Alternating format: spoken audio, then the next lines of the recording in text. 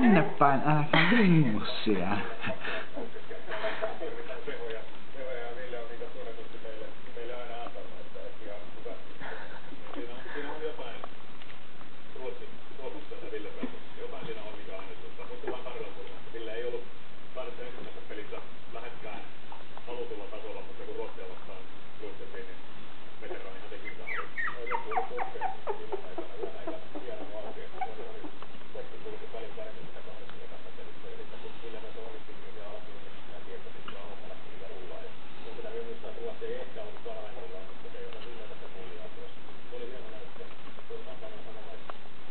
Ottelu siis kello 16.45, eli ei kovin kauaa tämän ottelun jälkeen.